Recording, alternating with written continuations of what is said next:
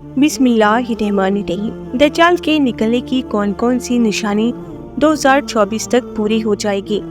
دوستو، قیامت کی 3 بڑی نشانیوں میں سے ایک امام مہدی علیہ السلام کا آنا ہے اور پھر اس کے بعد دجال کا نکلنا ہے۔ مسلمانوں کے 2 بڑے فرقے شیعہ و سنی دونوں امام مہدی علیہ السلام کا انتظار کر رہے ہیں۔ بس صرف فرق اتنا ہے کہ شیعہ کے مطابق امام مہدی پیدا ہو چکے ہیں، مگر انہیں ایک غار کے اندر دنیا کی نظروں سے چھپا دیا گیا ہے، جو کہ 1200 سال سے اس غار میں موجود ہے اور بہت جلد ہی وہ ظاہر ہوں گے۔ جبکہ سنی مسلمان کا دعویٰ ہے کہ مطابق امام مہدی مدینہ شریف میں پیدا ہو کر جوان ہوں گے۔ ان کا نام محمد ہوگا، والد کا نام عبداللہ اور والدہ کا نام آمنہ ہوگا۔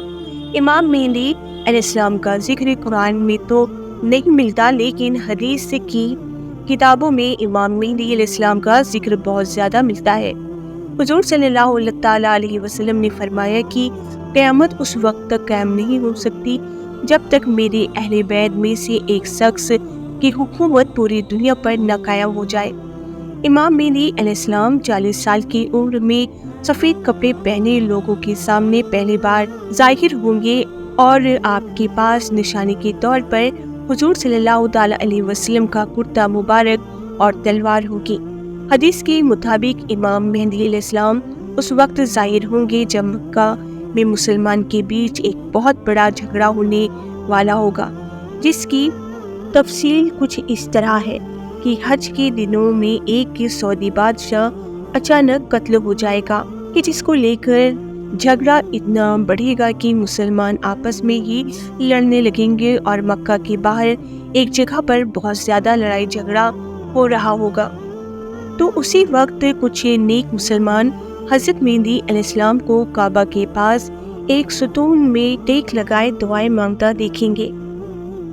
انہیں دیکھتے ہی مسلمان پہچان لیں گے کہ یہ وہی امام مہدی علیہ السلام ہے کہ جن کا ذکر حدیث کی کتابوں میں ملتا ہے، اور پھر سبھی ان کے ہاتھ پر بیٹھ کر کے مسلمانوں کے بیچ ہونے والی جنگ کو رفع دفع کریں گے، اور پھر امام مہدی علیہ السلام مسلمان کے لشکر کو ساتھ لے کر یہودی و عیسائی سے جنگ لڑیں گے۔ دوستو، آج حضرت امام مہدی علیہ السلام کے آنے کی تقریباً سبھی نشانیاں پوری ہو چکی ہیں۔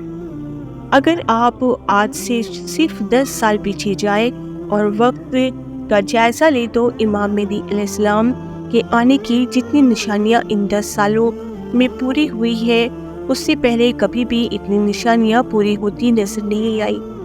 حضور صلی اللہ تعالیٰ علیہ وسلم نے انہی نشانیوں کو بتلاتے ہوئے فرمایا تھا کہ جب تم دیکھنا کہ عرب کی بنجر زمین پر ہری بھری کھیتی اگنے لگے تو تم قیامت کا انتظار کرنا۔ اور دوستو، آج ہم دیکھ سکتے ہیں کہ عرب کی بنجر زمین بھی ہری بھری ہونے لگی ہے۔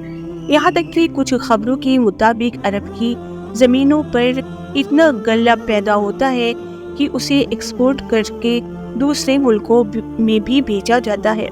اسی طرح حضور صلی اللہ تعالیٰ علیہ وسلم نے فرمایا تھا کہ جب تم دیکھنا کہ مکہ کی اونچی اونچی عمارتیں مشہور پہاڑ جبل ابو قابیس سے بھی اونچی اوپر جانے لگے تو تم قیامت کا انتظار کرنا۔ اور دوستو، آج ہم دیکھ سکتے ہیں کہ مکہ کی اکثر عمارتیں پہاڑوں سے اوپر جا رہی ہیں، یہاں تک کہ مکہ ٹاور تو ان پہاڑوں سے کئی گنا زیادہ اوپر ہے۔ اسی طرح حضور صلی اللہ تعالیٰ علیہ وسلم نے فرمایا تھا کہ جب تم دیکھنا کہ عرب کے پہاڑوں کو چیر کر ان کے اندر سے راستہ بنا دیا جائے تو پھر قیامت کا انتظار کرنا۔ اور دوستو، یہ نشانی بھی آج ہم پوری ہوتے دیکھ رہے ہیں، کیونکہ آج سعودی عرب میں عام راستے تو کم بلکہ اکثر راستے پہاڑوں کے اندر سے بنائے گئے ہیں۔ اسی طرح حضور صلی اللہ تعالیٰ علیہ وسلم نے فرمایا تھا کہ جب تم دیکھنا کہ عرب دیشوں کی بنجر زمین بھی خزانہ اگلنے لگے تو تم قیامت کا انتظار کرنا۔ اور دوستو، آج ہم دیکھ سکتے ہیں کہ اس وقت دنیا کا سب سے قیمتی خزانہ پٹرول و گیس صرف عرب دیشوں سے ہی نکل رہا ہے۔